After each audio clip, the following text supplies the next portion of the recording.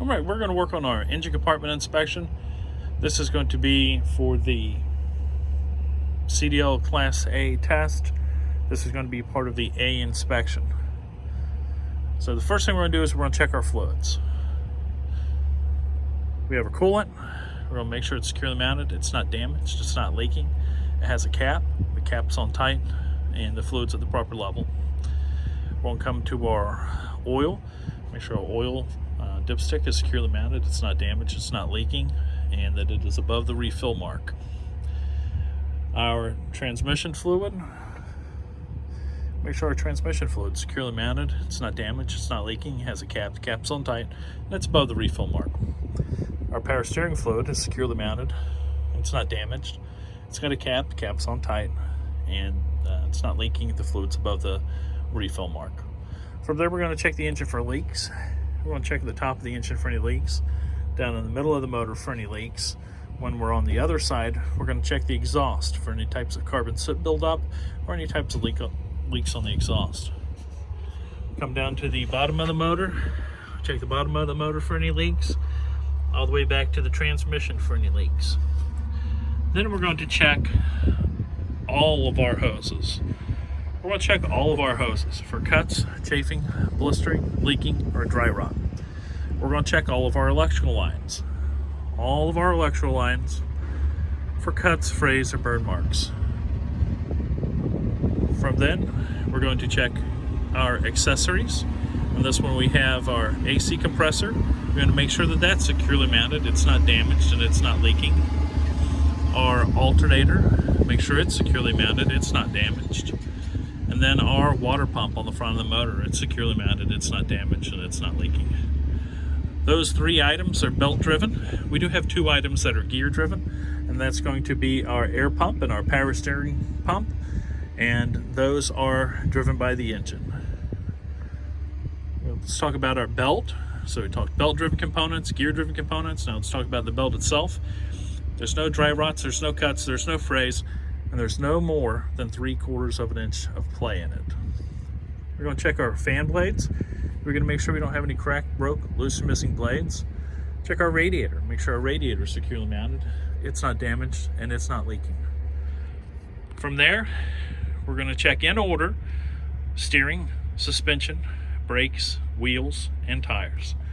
So on steering, we're going to start with our steering shaft and our linkage.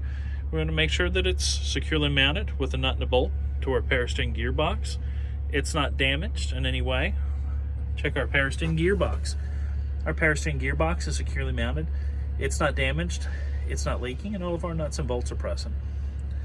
Look at our pitman arm here, and our pitman arm is securely mounted to the power steering gearbox with a nut and a bolt, and there's no damage to our pitman arm.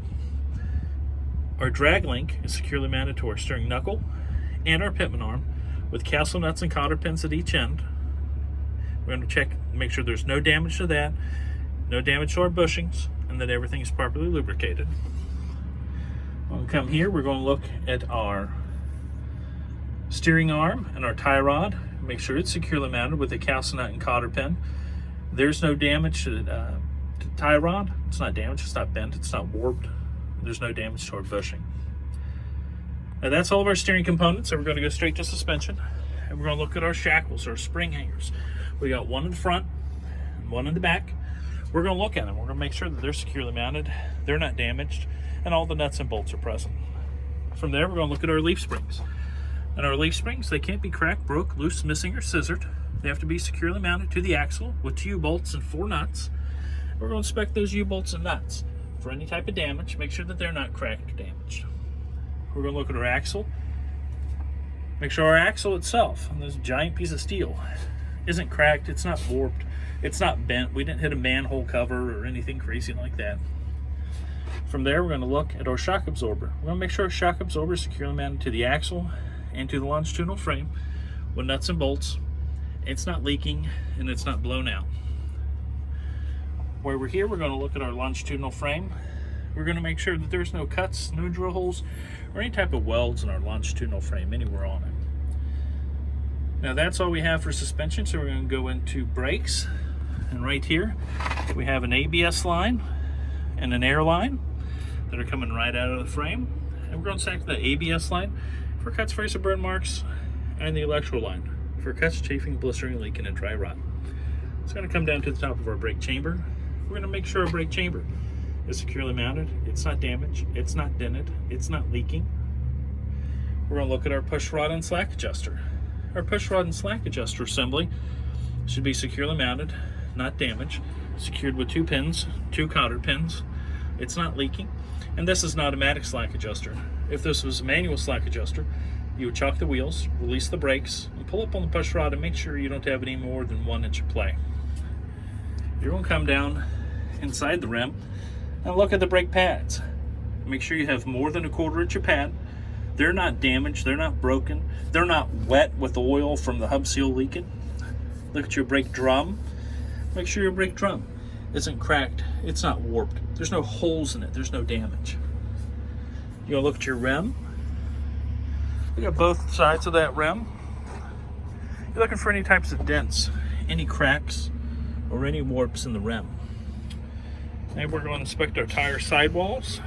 You're going to look at the sidewalls, both the inner and outer sidewall, and you're looking for cuts, blisters, chunks missing, any type of damage to the side of that tire.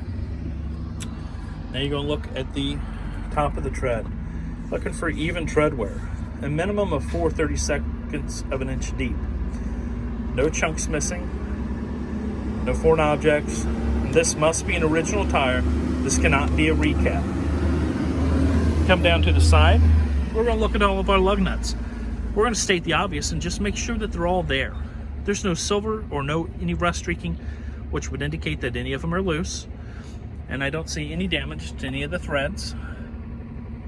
We're going to look at our hub seal. We're going to make sure it's securely mounted. It's not damaged. It's not leaking. All of our nuts and bolts are present. We're going to check our hub oil seal. Make sure that it's securely mounted. It's not damaged. It's not leaking. And it's at the proper fluid level. Then we're going to check our valve stem. And our valve stem has to have a cap on it. It can't be leaking.